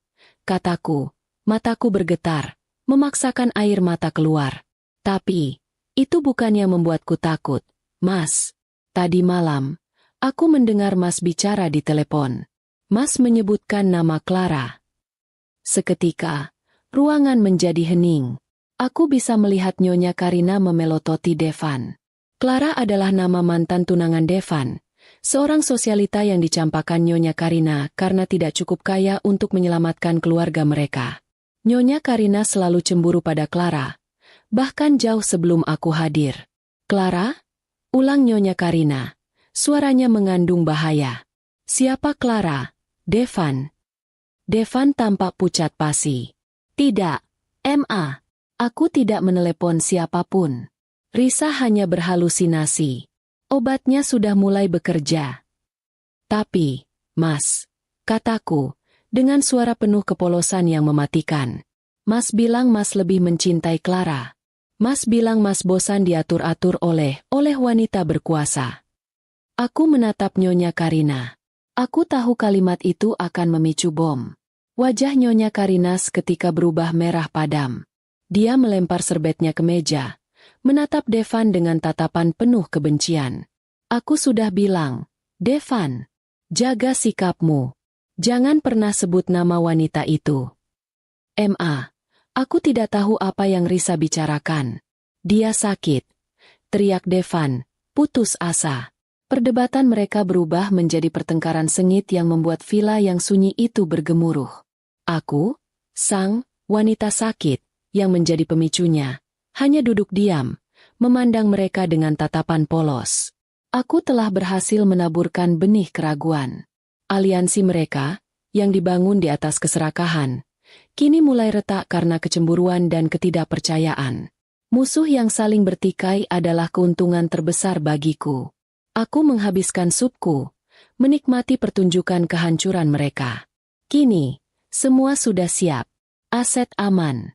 Bukti pembunuhan sudah direkam. Dan jebakan hutang sudah ditandatangani. Aku tahu, Nyonya Karina tidak akan sabar lebih lama lagi. Dia akan segera memaksa diadakannya ujian kompetensi mental untuk mengakhiri drama ini secepatnya.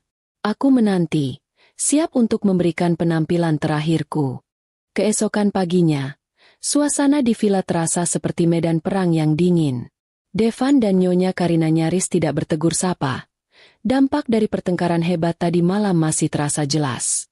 Namun, aliansi mereka mengalahkan perselisihan pribadi. Mereka tahu waktu mereka hampir habis, terutama setelah Devan menerima ancaman serius dari penagih utang yang kini semakin agresif. Nyonya Karina memutuskan untuk bertindak cepat. Saat sarapan, ia duduk di hadapanku dengan ekspresi prihatin yang dibuat-buat. "Risa, nak, ibu sangat mengkhawatirkan kondisimu. Semalam kamu berhalusinasi lagi, menyebut nama yang tidak ada. Ibu tidak bisa melihat kamu menderita seperti ini." Aku menundukkan kepala, membiarkan rambutku menutupi wajah. Aku menanggapi dengan suara lemah dan serak. "Aku juga takut, Bu. Aku merasa kepalaku sering kosong." "Itu karena tekanan bisnis," seru Nyonya Karina. Nadanya kini penuh semangat, persis seperti yang kuharapkan. "Kamu harus istirahat total. Demi kebaikanmu, Ibu dan Devan sudah memanggil seorang ahli kejiwaan terbaik. Dia akan datang siang ini untuk memberimu diagnosa resmi. Nak, jangan khawatir. Kami akan merawatmu." Aku mengangkat wajahku. Mataku tampak kosong. "Seorang ahli?" "Ya," sahut Devan. Senyum liciknya kembali muncul, mengira dia sudah memegang kendali penuh. "Dr. Burhan, spesialis kejiwaan. Dia akan memastikan kamu mendapatkan perawatan yang layak. Setelah itu, aku bisa mengurus semua berkas perusahaan agar kamu bisa fokus pada pemulihan. Semuanya akan baik-baik saja." Aku mengangguk lemah, memasang ekspresi pasrah. "Selamat datang, Dr. Burhan." Aku tahu siapa Dr. Burhan, psikiater bayaran yang sudah diatur oleh Nyonya Karina. Aku segera mengirim pesan rahasia ke Bima. "Dr. Burhan, siang ini." Bima membalas cepat. "Siap. Aku akan mengurus Burhan. Tapi kamu harus siap."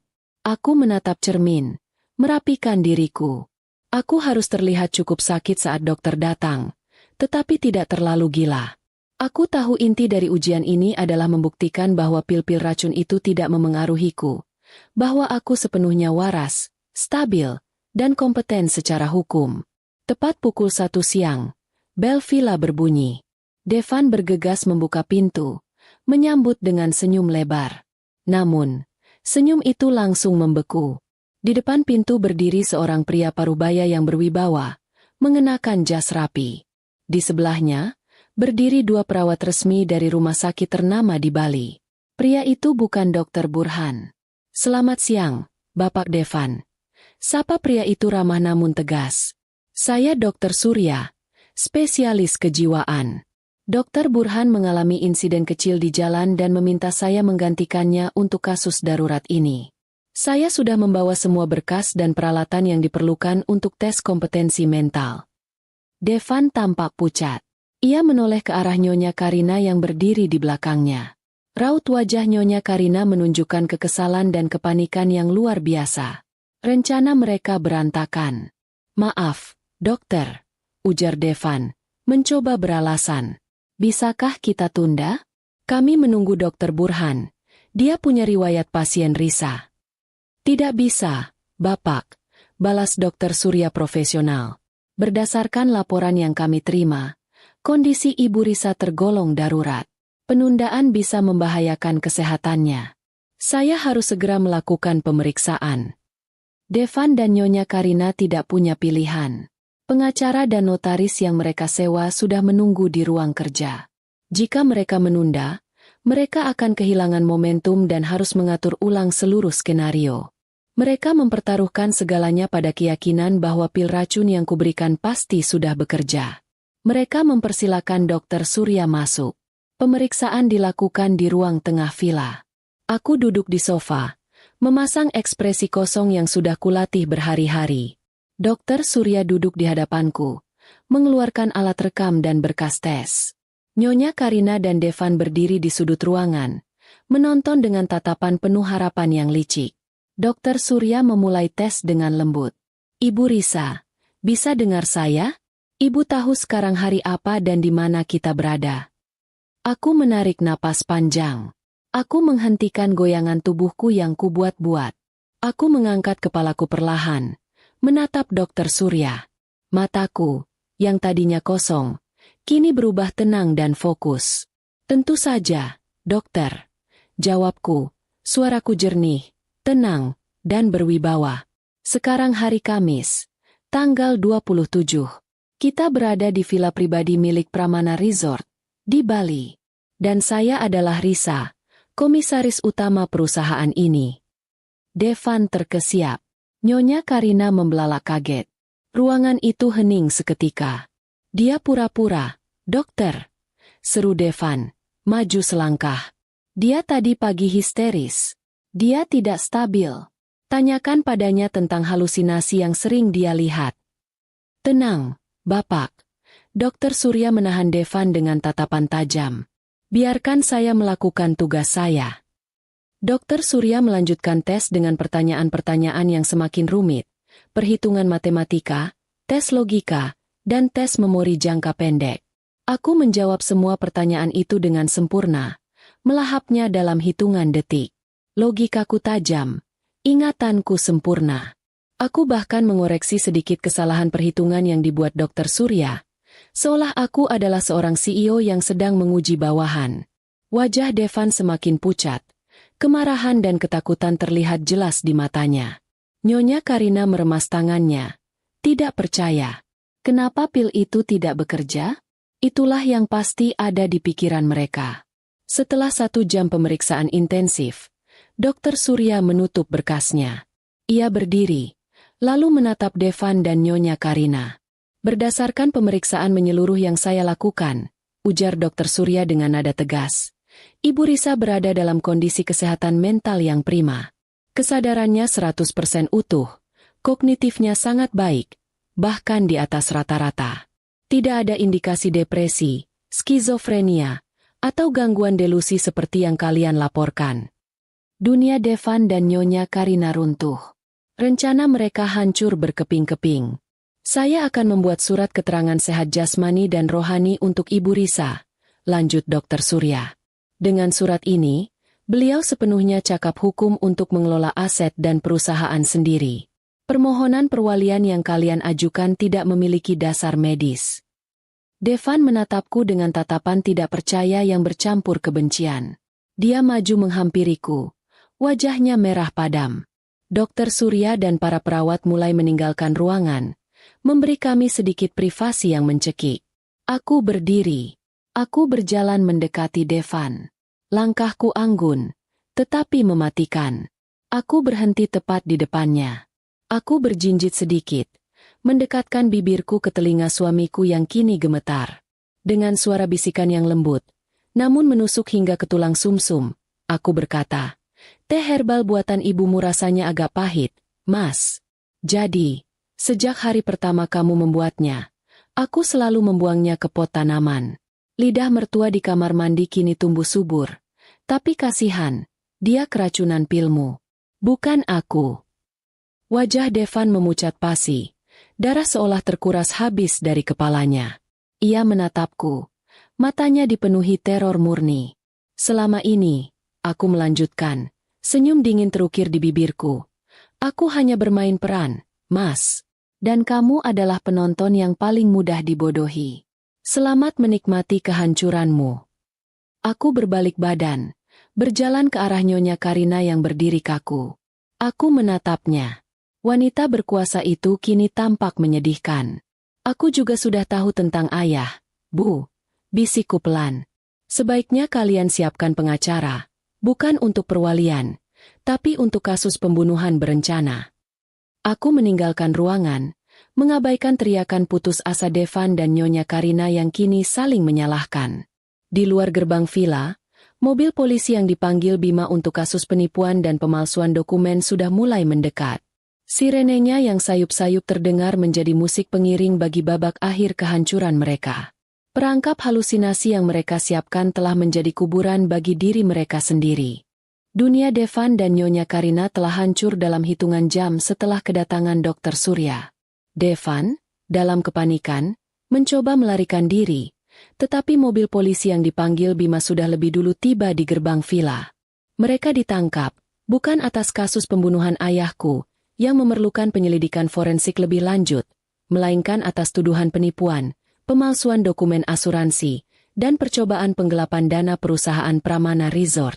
Namun, aliansi mereka dan koneksi Nyonya Karina masih memiliki kekuatan. Berkat pengacara licik yang bekerja sangat cepat dan jaminan uang tunai yang sangat besar, hasil penjualan beberapa aset pribadi Karina yang tersisa, mereka berhasil mengajukan penangguhan penahanan sementara. Keduanya dilepaskan, tetapi ditetapkan sebagai tahanan kota dan wajib lapor. Mereka bebas, tetapi hancur. Semua rekening dan aset mereka dibekukan, dan mereka harus tinggal di sebuah apartemen biasa di pinggiran kota, jauh dari kemewahan Bali. Aku tahu ini belum berakhir. Kejatuhan finansial tidaklah cukup. Aku ingin mereka dipermalukan, kehilangan martabat, dan menyaksikan kehancuran mereka di hadapan publik yang sangat mereka hormati. Aku, yang kini dinyatakan sehat mental dan sepenuhnya cakap hukum, segera mengumumkan acara besar, gala dinner penggalangan dana amal untuk Yayasan Ayah, yang juga berfungsi sebagai rapat umum pemegang saham, RUPS, non-formal. Tempatnya, Grand Ballroom di Pramana Resort, tempat yang sama di mana resepsi pernikahanku yang penuh kebohongan diadakan. Aku mengundang seluruh dewan direksi, kolega bisnis ayah, pejabat kepolisian, dan yang paling penting, semua media nasional. Malam itu, Grand Ballroom tampak berkilauan, dihiasi ribuan bunga anggrek putih dan lampu kristal yang memantulkan cahaya keemasan.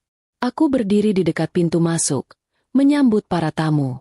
Aku mengenakan gaun malam berwarna biru tua yang elegan, diapit oleh Bima yang kini resmi kujadikan kepala keamanan pribadi Pramana Resort. Bima berdiri tegak di sampingku, matanya yang tajam menyapu setiap sudut ruangan, memastikan keamanan. Aku melihat sosok yang paling kunanti. Devan dan Nyonya Karina datang. Wajah mereka tampak kuyu. Devan mengenakan jas yang sama saat ia ditangkap, tampak kusut.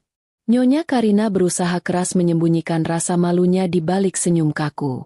Mereka pasti datang karena diwajibkan oleh pengacara mereka untuk menjaga citra di depan publik. Atau mungkin, mereka terlalu serakah untuk melewatkan acara sosial besar. Aku menyambut mereka dengan senyum anggun. Selamat datang, Ibu Karina. Selamat datang, Mas Devan. Senang melihat kalian berdua sehat. Nyonya Karina hanya bisa membalas dengan senyum palsu yang menegang. Devan menatapku dengan tatapan campur aduk antara kebencian dan kebingungan. Mereka tidak tahu apa yang kurencanakan. Acara utama dimulai. Aku naik ke atas panggung dengan langkah tenang. Aku mengambil mikrofon. Ribuan pasang mata menatapku, menanti pidato dari pewaris yang baru saja melewati drama mengerikan. Selamat malam, Bapak dan Ibu sekalian. Sapaku, suaraku jernih dan berwibawa, jauh dari kesan istri yang rapuh. Malam ini, kita tidak hanya merayakan amal, kita merayakan kebenaran. Aku memberikan senyum kecil, dan suasana hening seketika. Perusahaan ini dibangun oleh ayah saya di atas fondasi kejujuran dan kepercayaan, lanjutku. Dan belakangan ini, fondasi itu coba dihancurkan dari dalam oleh parasit yang menyamar sebagai keluarga. Aku memberi isyarat kepada teknisi di belakang panggung, yang tentu saja sudah diatur oleh Bima. Lampu utama ballroom mendadak padam total. Ruangan menjadi gelap gulita, hanya disinari oleh cahaya proyektor raksasa di belakangku yang menyala terang. Di layar raksasa itu, terpampanglah wajah Devan dan Nyonya Karina. Itu adalah rekaman CCTV resolusi tinggi dari kamar mandi vilaku, tempat pertama yang kupasangi kamera kancing. Suara mereka menggelegar melalui sound system canggih. Gadis bodoh itu sudah meminum pilnya. Dia pasti akan gila. Suara Devan terdengar jelas. Di layar, Devan tertawa jahat. Lalu Nyonya Karina menimpali. Kita harus memastikan dia tidak mengganggu sisa hidup kita. Ingat, kekayaan Pramana Resort bukan main-main. Ini adalah tiket kita keluar dari lilitan utang besar di Singapura. Ribuan tamu terperanjat. Bisikan panik terdengar di seluruh ruangan. Kilatan lampu flash kamera wartawan menyambar-nyambar. Aku tidak berhenti di situ. Video berganti. Kali ini, layar menampilkan screenshot dari dokumen-dokumen yang kucuri dari bank, bukti transfer dana ke teknisi kapal, dan laporan otopsi rekayasa yang menguatkan dugaan pembunuhan berencana terhadap ayahku. Devan yang berdiri di meja bundar VVIP di depan panggung, terhuyung mundur. Wajahnya berubah pucat pasi, menatap layar dengan mata melotot, tidak percaya bahwa semua kejahatannya telah terekam dan disaksikan oleh seluruh publik bisnis nasional. Bohong! Itu editan. Itu deepfake, teriak Devan histeris. Suaranya cempreng dan putus asa. Ia mencoba melarikan diri, mendorong meja dan kursi, namun para wartawan segera menyerbunya, memberondongnya dengan pertanyaan tajam dan cahaya yang menyilaukan. Nyonya Karina, yang melihat anaknya hancur, mengambil langkah putus asa. Ia melihatku di atas panggung, lalu melihat ke arah Bima yang berdiri tegap. Ia tahu kapal ini sudah karam. Dengan wajah penuh dendam dan kemarahan, Nyonya Karina meraih sebuah botol anggur mahal di atas meja, mengangkatnya tinggi-tinggi, dan berlari menerjang ke arah panggung, berteriak histeris. Dasar anak sialan! Aku akan membunuhmu.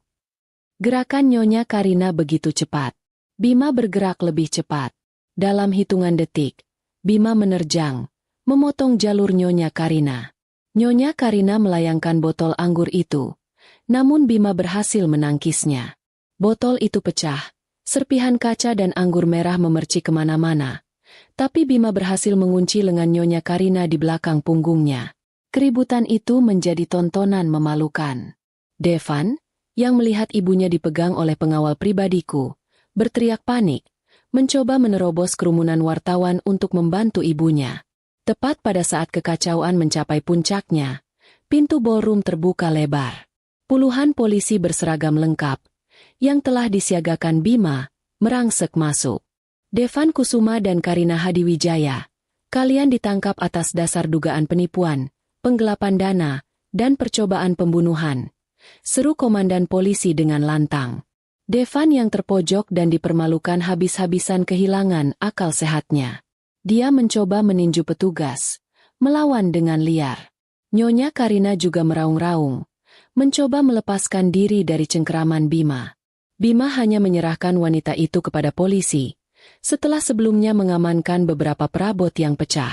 Aku berdiri diam di atas panggung, menatap kedua orang yang pernah kunilai sebagai keluarga itu diseret keluar seperti kriminal hina. Aku tidak merasa bahagia. Aku hanya merasa lega.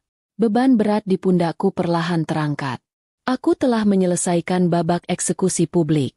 Mereka tidak hanya kehilangan harta, tetapi juga nama baik, martabat, dan semua yang mereka anggap berharga. Malam itu, gala dinner Pramana Resort berubah menjadi drama penangkapan paling sensasional di Bali. Aku turun dari panggung, melewati tumpukan kamera dan wartawan yang berteriak-teriak meminta pernyataan. Aku tidak menjawab. Aku hanya berjalan lurus ke arah Bima. "Terima kasih, Bima," bisikku pelan. Bima mengangguk. Wajahnya tenang. "Masih ada satu babak lagi, Risa," katanya. Tatapannya serius. Ular yang terluka biasanya akan mematuk sekali lagi sebelum mati. 2 hari setelah insiden memalukan di Grand Ballroom, berita tentang skandal Devan dan Nyonya Karina masih menjadi tajuk utama di semua media. Meskipun mereka dibebaskan sebagai tahanan kota, hidup mereka hancur lebur. Semua aset dibekukan. Nyonya Karina, yang dikenal sebagai sosialita berkuasa, kini dikarantina di apartemen sempit, menghadapi tuntutan hukum yang tak terhitung jumlahnya. Devan, di sisi lain, tidak bisa menerima kehancuran ini. Ia kehilangan segalanya: uang, citra, dan kekuasaan. Rasa malu, marah, dan dendam bercampur menjadi racun yang menggerogoti kewarasannya. Dia menyalahkanku atas semua ini. Menurut logika bengkoknya, jika saja aku tetap menjadi istri bodoh yang penurut, semua ini tidak akan terjadi. Aku tahu, Bima benar. Ular yang terluka akan mematuk. Aku dan Bima memperketat keamanan di villa. Kami tahu mereka akan mencoba cara terakhir yang paling primitif, kekerasan. Bima bahkan memintaku untuk tidur di kamar yang berbeda, yang lebih aman, dan memberiku pelatihan pertahanan diri dasar. Malam itu, hujan turun dengan sangat deras, diiringi kilatan petir yang menyambar-nyambar, seolah alam sedang menyiapkan panggung untuk babak terakhir yang tragis. Aku sedang berada di kamar tidur utama, membaca berkas perusahaan, ketika Bima masuk, mengenakan pakaian lengkap dan membawa pistol kecil yang disembunyikan di pinggangnya. "Aku punya firasat buruk, Risa," kata Bima, nadanya serius. "Aku sudah memeriksa semua feed CCTV. Ada jalur yang terpotong di belakang villa. Hanya Devan yang tahu titik buta kamera itu." Jantungku mencelos. Rasa dingin merayap di punggungku. Aku tahu ini adalah akhir. Devan datang untuk membunuhku. Tepat saat Bima menyelesaikan kalimatnya, sebuah bunyi retakan keras terdengar dari arah dapur. Itu bukan suara guntur. Itu suara kaca yang pecah, disusul bunyi langkah kaki yang basah dan berat. Bima segera menyalakan mode darurat di ponselnya, memanggil bala bantuan dan polisi. "Risa, kamu lari ke balkon lantai 2. Jangan kunci diri di kamar. Itu hanya akan jadi perangkap. Kami tidak punya waktu lagi." Devan sudah berhasil masuk. Aku berlari kencang menuju balkon kamar tidur utama di lantai atas. Aku membuka pintu kaca balkon. Angin kencang dan air hujan langsung menerpa wajahku, menyegarkan sekaligus menakutkan. Aku mundur, punggungku menabrak pagar pembatas balkon yang rendah. Pagar yang dulu sengaja didesain ayah untuk pemandangan yang tak terhalang. Aku menoleh. Devan muncul dari balik pintu kamar. Ia basah kuyup, rambutnya acak-acakan. Matanya merah menyala seperti setan yang kerasukan. Di tangannya, ia memegang pistol kecil, yang pasti ia beli di pasar gelap dengan sisa uang terakhirnya. "Sini kamu, Ratu Harta," teriak Devan. Suaranya pecah dan dipenuhi kegilaan. "Kita mati bareng-bareng. Aku tidak akan membiarkanmu menang." "Devan, berhenti!" teriakku. Meski ketakutan, aku berusaha menjaga suaraku agar tetap tegas. "Semuanya sudah berakhir. Menyerahlah. Berhenti bicara omong kosong." Devan melangkah maju perlahan, menikmati ketakutan yang ia ciptakan. Pistolnya terarah lurus ke dadaku. "Kamu pikir kamu pintar? Hah? Kamu cuma wanita lemah yang bersembunyi di balik ayahmu dan pengawal sialan itu." Tepat saat Devan mengokang pistol, Bima menerjangnya dari belakang. Bima sudah mengikuti kami dari tangga. Keduanya jatuh berguling di lantai balkon yang licin karena hujan. Pistol Devan terlepas, terlempar ke sudut balkon di dekat pot bunga. Terjadilah pergulatan sengit antara Bima dan Devan. Bima terlatih, tapi Devan, didorong oleh adrenalin dan keputusasaan, bertarung secara liar. Devan berhasil menendang perut Bima. Bima mengerang kesakitan dan pegangannya terlepas. Devan bangkit dengan sempoyongan. Matanya mencari pistolnya. "Risa, lari!" teriak Bima, yang kini hanya bisa bersandar lemah di dinding, berusaha menghentikan pendarahan kecil dari luka lamanya yang terbuka lagi. Aku melihat Devan sudah meraih gagang pistol itu. Dia akan menembak Bima terlebih dahulu. Aku tahu ini adalah momennya. Jika aku lari, Bima akan mati. Jika aku diam, aku juga akan mati. Aku teringat semua penghinaan, rencana pembunuhan ayah, dan semua kepura-puraan yang kujalani. Kekuatan entah dari mana merasuki tubuhku. Aku mengambil langkah cepat, tanpa keraguan. Saat Devan baru setengah berdiri dan belum sempat membidik pistolnya dengan benar, aku berlari menerjang. Aku tidak memukul. Aku melakukan tendangan front kick sekuat tenaga menggunakan tumit sepatuku. Tendangan itu mendarat telak di ulu hati Devan. Aku segera mendorong bahunya dengan keras. Posisi Devan yang tidak seimbang di lantai yang licin, ditambah hantaman mendadak dari istrinya yang ia anggap lemah, membuatnya terhuyung ke belakang. Kakinya terpeleset. Tubuhnya melayang melewati pagar balkon yang rendah. "Risa A!" teriak Devan panjang saat gravitasi menarik tubuhnya. "Braa!" Terdengar suara hantaman keras dan menyakitkan dari lantai bawah, disusul bunyi metal yang terdistorsi. Devan mendarat di atas atap mobil SUV yang diparkir Bima di bawah, sebelum akhirnya terguling jatuh ke atas paving block. Pistolnya meletus sekali ke udara tanpa arah sebelum terlepas. Suasana hening seketika. Hanya suara hujan yang tersisa. Aku berdiri terpaku di pinggir balkon. Napasku memburu, menatap ke bawah. Tubuh Devan tergeletak dalam posisi aneh, mengerang kesakitan, tetapi masih bergerak. Dia tidak mati, tetapi kakinya jelas patah parah. Bima, meskipun kesakitan, berhasil bangkit. Ia berjalan tertatih-tatih ke arahku, memegangi bahuku. "Kamu hebat, Risa," bisiknya. "Dia tidak akan kemana-mana."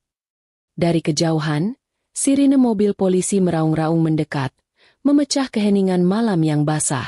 Cahaya merah biru mereka mulai memantul di dinding-dinding villa. Aku menatap ke bawah, ke arah sosok menyedihkan yang sedang merintih di tengah hujan dan lumpur. Sang raja telah runtuh, dijatuhkan oleh ratu yang ia remehkan. Aku tidak lagi merasa takut. Yang kurasakan hanyalah rasa lega yang mendalam. Keadilan, melalui tanganku sendiri, akhirnya ditegakkan. Ambulan dan iring-iringan mobil polisi segera memenuhi halaman villa yang basah. Di tengah guyuran gerimis, petugas medis dan polisi bergerak cepat. Devan, yang kakinya patah parah, diseret dengan tandu. Rintihan kesakitannya adalah musik bagi keadilan yang selama ini ku kejar. Aku berdiri di teras, dilindungi oleh atap, ditemani Bima yang lengannya sudah dibalut perban darurat. Aku menyaksikan semua itu tanpa rasa sesal. Devan, yang dulu selalu klimis dan arogan, kini terlungkup di tanah becek, pakaiannya kotor, martabatnya hancur. Komandan polisi menghampiriku, memberikan hormat singkat. "Ibu Risa, Bapak Devan akan segera dibawa ke rumah sakit polisi. Percobaan pembunuhan terhadap Anda dan penembakan terhadap Bapak Bima adalah tiket satu arah menuju penjara seumur hidup. Tidak akan ada lagi penangguhan penahanan." Aku hanya mengangguk, menerima kabar itu dengan ketenangan yang dingin. Aku melangkah maju, menembus gerimis halus, mendekati tandu tempat Devan dibaringkan. Aku berdiri tepat di samping kepalanya, menatap wajahnya yang kini hanya berisi ketakutan murni. Aku perlahan mengangkat tangan kiriku, memperlihatkan cincin kawin emas bertahta berlian yang masih melingkar di jari manisku, simbol ikatan suci yang dibangun di atas darah dan kebohongan. Dengan gerakan yang tenang dan disengaja, aku melepaskan cincin itu. Aku menjatuhkannya tepat di atas dada Devan. Cincin itu berdenting pelan, Suara yang nyaring di telinga kami berdua. Bawalah, ucapku dingin. Suaraku tidak bergetar. Anggap itu sedekah terakhirku. Kamu bisa menjualnya untuk membeli rokok di kantin penjara nanti. Karena mulai detik ini, tidak ada 1 rupiah pun dari harta ayahku yang bisa kamu nikmati. Namamu sudah dihapus dari sejarah keluarga ini. Devan hanya bisa menatap nanar cincin di dadanya, lalu menatap wajahku. Aku bukan lagi gadis rapuh yang ia nikahi. Aku adalah seorang ratu yang baru saja memenangkan perang dan mengubur musuhnya. Ia ingin membalas, tetapi mulutnya terkunci oleh keputusasaan. Ambulan yang membawa Devan pergi, sirinenya perlahan menjauh, membawa serta suara tragedi dari malam itu. Beberapa hari kemudian, Nyonya Karina juga dijemput oleh petugas. Bukti yang kuserahkan, rekaman suara, foto-foto transfer dana, dan kesaksian Bima, sudah lebih dari cukup untuk menuntutnya atas pemalsuan, penipuan besar-besaran, dan keterlibatan dalam kasus pembunuhan berencana terhadap ayahku. Aliansi kejahatan itu akhirnya runtuh dan jatuh ke lubang yang sama. 6 bulan berlalu. Musim telah berganti. Begitu juga dengan hidupku. Keadilan ditegakkan. Di ruang sidang yang sesak, Devan dan Nyonya Karina dijatuhi hukuman pidana penjara seumur hidup. Nyonya Karina histeris, sementara Devan hanya tertunduk lesu di kursi rodanya. Momen itu adalah penutup yang sempurna. Mereka tidak hanya kehilangan kebebasan, tetapi juga martabat. Aku berdiri keluar dari gedung pengadilan. Aku disambut kilatan kamera wartawan. Aku mengenakan blazer kerja yang rapi dan hijab modern. Aku tersenyum percaya diri. Aku bukan lagi korban. Aku adalah penyintas. Aku adalah pemimpin Pramana Resort. Di bawah kepemimpinanku, Pramana Resort berkembang pesat. Aku membersihkan manajemen dari sisa-sisa antek Devan dan Nyonya Karina. Aku dikenal sebagai pemimpin yang tegas, tetapi juga adil dan berempati. Aku mengembalikan kehormatan ayahku. Sore itu, sepulang dari kantor, aku mengunjungi makam ayah. Aku meletakkan bunga lili putih segar di atas nisannya. Angin sore bertiup lembut, seolah ayah sedang membelai rambutku. Ayah, semuanya sudah selesai. Bisikku pelan. Mereka sudah mendapatkan hukuman yang pantas. Risa baik-baik saja. Mereka pasti bangga padamu. Sebuah suara bariton yang familiar terdengar dari belakangku. Aku menoleh dan tersenyum. Bima berdiri di sana. Dia tidak lagi mengenakan pakaian serba hitam misterius. Dia terlihat lebih santai dengan kemeja kasual. Bekas luka tembak di lengannya sudah sembuh. Kamu sudah lama di sini? Tanyaku. Baru saja, jawab Bima, menyerahkan sebuah map. Laporan penutupan kasus. Kamu tidak perlu lagi jasa detektif swasta. Aku menerima map itu, tapi mataku menatap Bima. Jadi, ini perpisahan? Kontrak kerja kita sudah selesai. Bima menggaruk tengkuknya yang tidak gatal. Tingkah laku yang jarang kulihat dari pria sedingin dia. Secara teknis, kontrak profesional memang selesai, katanya pelan. Tapi aku dengar Pramana Resort sedang mencari kepala keamanan yang bisa dipercaya, dan kebetulan aku sedang mencari pekerjaan yang lebih menetap. Aku bosan sembunyi-sembunyi terus. Aku tertawa, tawa yang lepas dan bahagia, tawa yang sudah lama hilang. Oh, ya? Syaratnya berat. Bima, kepala keamananku harus siap siaga 24 jam. Dan mungkin harus siap menemaniku makan malam sesekali di akhir pekan. Bima tersenyum lebar, senyuman yang membuat wajah kerasnya terlihat jauh lebih hangat. Aku rasa, aku memenuhi kualifikasi itu, terutama bagian makan malamnya. Kami berdiri bersisian, menatap matahari terbenam. Tidak ada pernyataan cinta yang terburu-buru. Aku tidak ingin mengulangi kesalahanku dengan tergesa-gesa memberikan hati. Kami sepakat untuk menjalaninya perlahan, membangun kepercayaan langkah demi langkah. Malam harinya, aku kembali ke villa yang kini terasa damai. Aku masuk ke kamar tidur utama, kamar yang menjadi saksi bisu awal mula mimpi burukku. Kamar itu sudah kurencanakan untuk direnovasi total, membersihkan semua jejak Devan dan Nyonya Karina. Aku berjalan menuju walk-in closet. Aku membuka pintunya. Aku teringat saat aku meringkuk di lantai lemari itu, gemetar ketakutan, lalu membuat keputusan terbesar dalam hidupku. Aku menutup pintu lemari itu dengan bunyi klik yang mantap. Aku mematikan lampu kamar, menyisakan lampu tidur yang hangat. Aku naik ke tempat tidur dan memejamkan mata. Untuk pertama kalinya dalam waktu yang sangat lama, aku tidur nyenyak, tanpa takut diracun atau dibunuh. Pintu masa lalu telah kututup rapat, dan di balik pintu yang baru, kehidupan yang sesungguhnya baru saja dimulai.